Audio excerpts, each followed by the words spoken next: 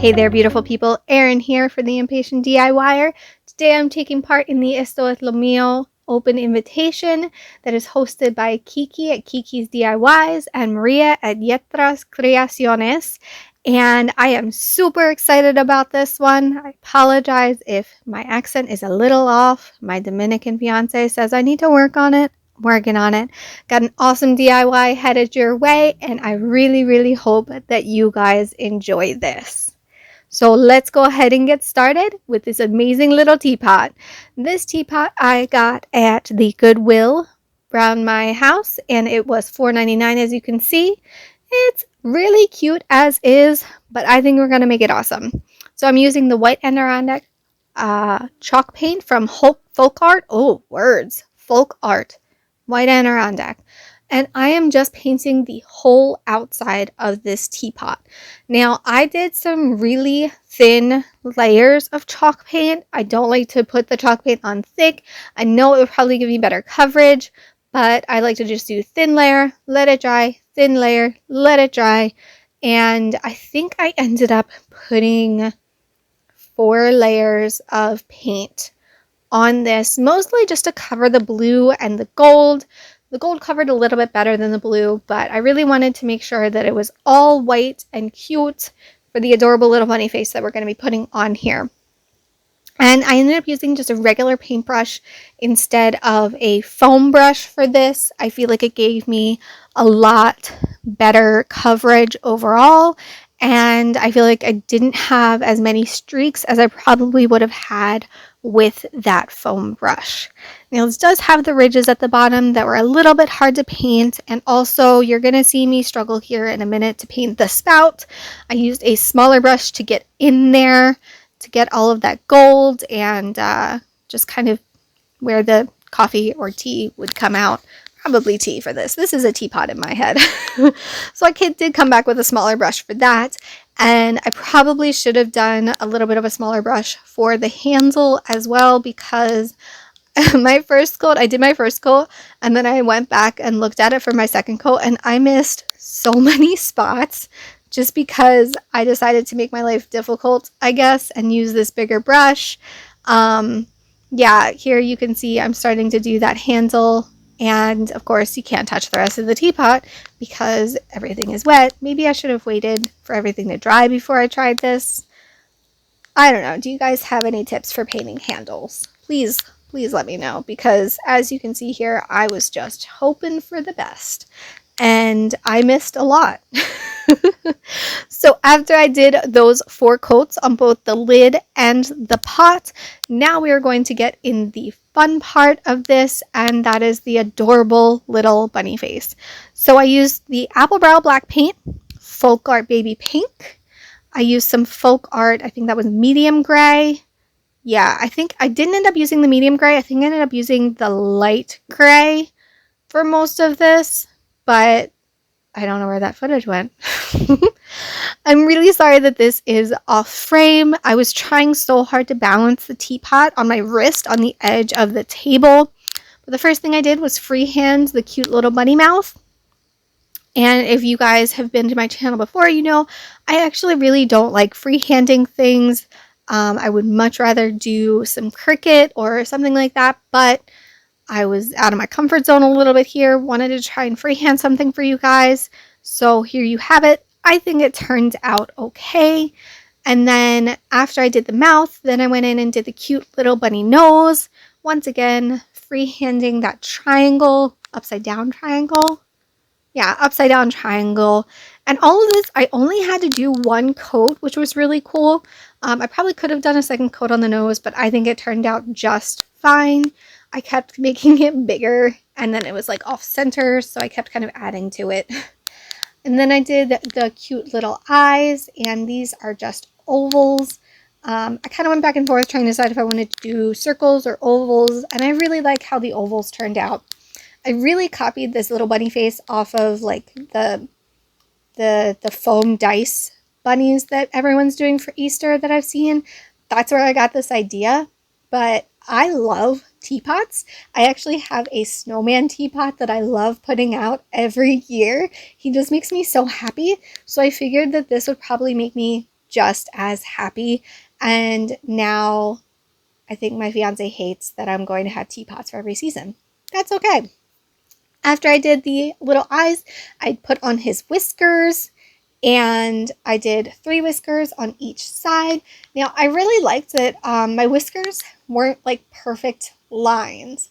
Like I don't know if it's like they don't look solid. I don't know if that's the right way to put it, but they kind of look a little wispy, and I really like that. I feel like it gives my little bunny some character.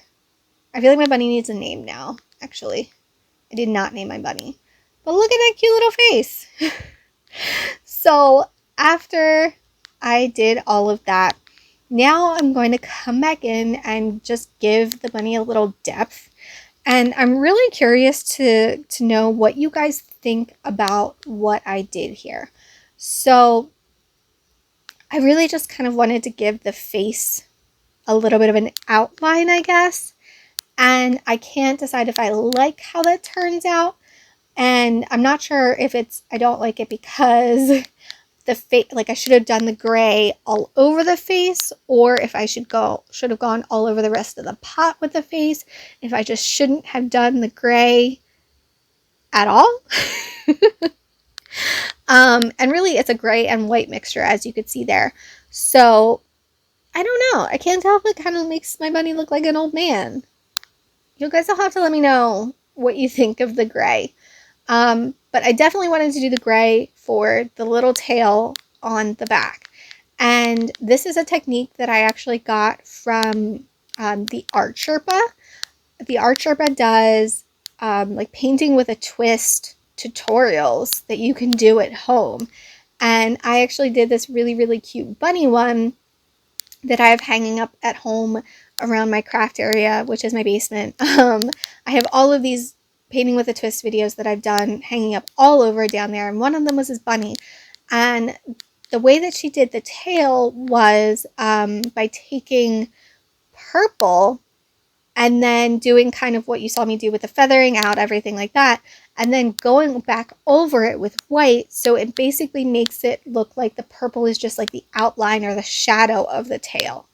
So that was kind of where I was trying to go with like the face and then also the tail, but I don't know.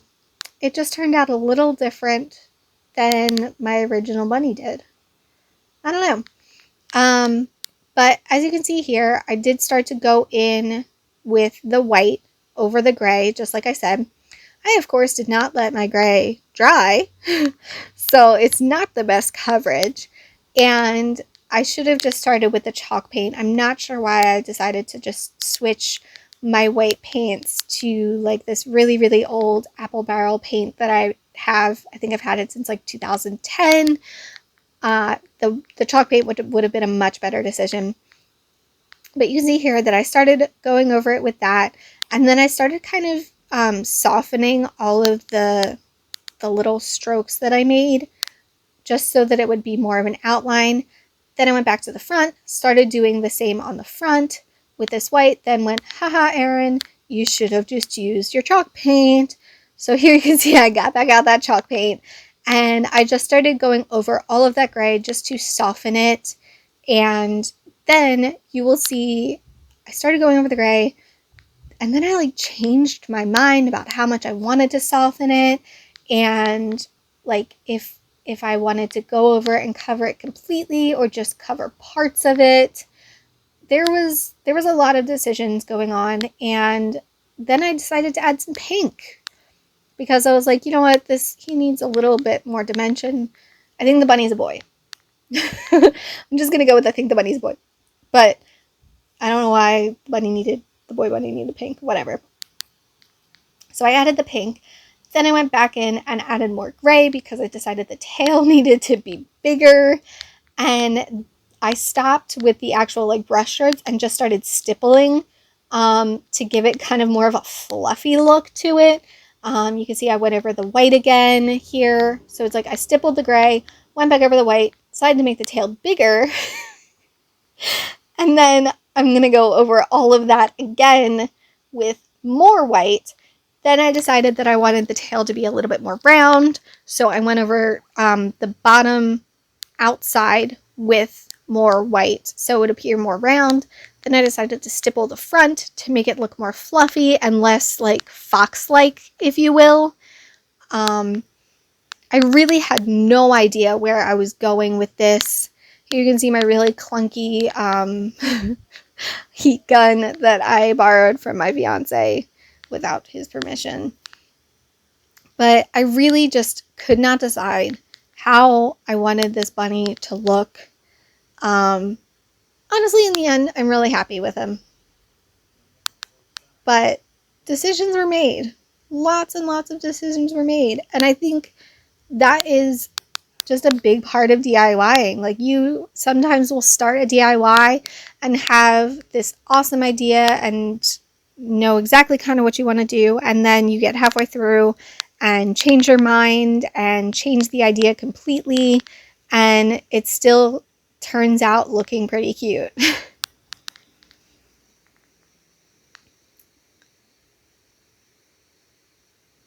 Yeah, so I really softened the front a lot too. So then we're going to do the ears, and I got these bunny picks at the Dollar Tree, and we're just going to use the ears off of this bunny pick. There is two, so I might end up using the second one for something else, but I just used the acrylic, the white acrylic, to paint over the bunny ears, and I wasn't really too worried about full coverage. I really wanted to use the white to kind of match it towards the teapot, but then also once it dries, I figured the acrylic paint would be really stiff so that it wouldn't be this soft burlap that they are right now. And I ended up using a lot of paint on this, actually. Once I finished painting both the front and the back of that, I did cut off the bottom because I just liked how that looked on the lid a little bit more. I used hot glue because I'm just impatient and wanted this to dry. I think that another glue could have looked a little bit nicer, but you'll see here once I get these glued on, they do not move. One, which is awesome because you know someone's going to lift this lid by the ears. Not me. Okay, maybe me. But I wanted something that was going to stick very quickly and also just hold very well. And then I did go over the hot glue. You'll see here in a minute, I did go over the hot glue and I did paint it with the white acrylic paint so that it's not as visible once you look at the end product. I do like things to look very clean, so I think another glue would have given me a much cleaner finish, but impatience wins. That's the name of the channel. It's that name for a reason. Sometimes I do not make the best decisions because I am rushing through things. And what glue would you guys have used? Like, the hot glue definitely gives it that quick finish, but what would you have used to stick these on here? And also, impatience decision number 2 there, I didn't wait for the paint to dry. So the hot glue was not going to stick because it was wet. So here you can see the heat gun comes back out, and I dried off just that end a little bit more so that maybe this time the hot glue would actually stick to my ears. And the second time it did stick. So win on my part. Super excited about that. So I just stuck that back on there, and honestly I like how it looked the second time a little bit better because it wasn't quite folding the way I wanted it to the first time. But stuck that back on there. Once again, painted it with the white so that the hot glue, the clearness wasn't really going to show. I think it looked pretty good, but like I said, I think like something maybe like a gel super glue or a craft glue might have not shown and would have looked just as cute. So there is my little guy all finished out. Super excited. Put him out on the kitchen counter with just some carrots that I got at the Dollar Tree, and there he has stayed. And I really think it's just a cute little thing to have in the kitchen. That's where I normally put my snowman out for the Christmas time and honestly all of winter time. Look at that cute little bunny fluff tail. I love the little fluff, how it turned out. Hope you guys enjoyed. See you guys next time.